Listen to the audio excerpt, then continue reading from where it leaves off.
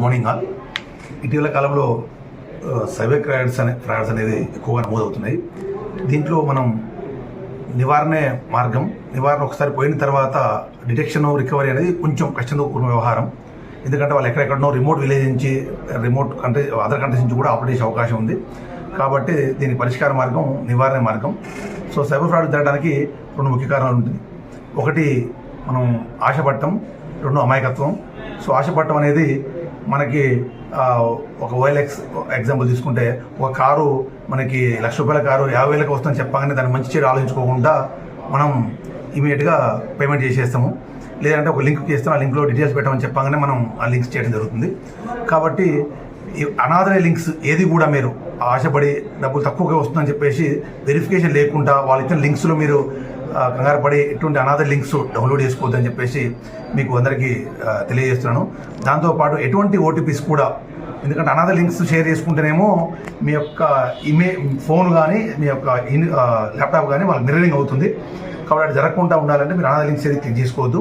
దాంతోపాటు ఎట్టి పరిస్థితుల్లో ఓటీపీ మీరు ఎవరు కూడా చెప్పొద్దని చెప్పేసి మీకు అందరికి సూచిస్తున్నాను.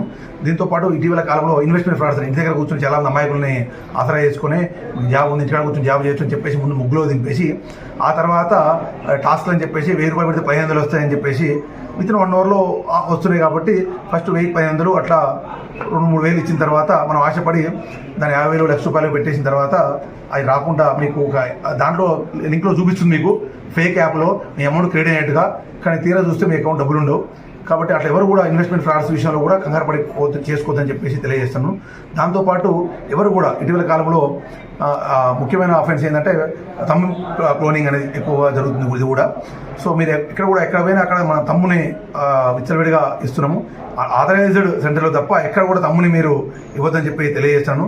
దాంతోపాటు దాన్ని సెక్యూరిటీ ఉండడానికి ఆధార్ ప్లే స్టోర్కి వెళ్ళేసి మీరు అందరూ కూడా బయోమెట్రిక్ లాక్ పెట్టుకుంటే అది సేఫ్గా ఉంటుందని చెప్పేసి మీ అందరూ కూడా ఫ్రాడ్ గురి కాకుండా చూసుకోవచ్చని మీకు చెప్తున్నాను.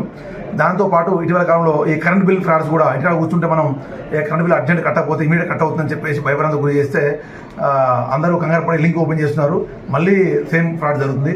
సో కరెంట్ బిల్ ఫ్రాడ్స్ కానీ, OLX ఫ్రాడ్స్, ఇన్వెస్ట్మెంట్ ఫ్రాడ్స్, ఇవన్నీ కూడా KYC అప్డేషన్ చెప్పేసి మళ్ళీ అట్లా కూడా కాల్ చేస్తారు.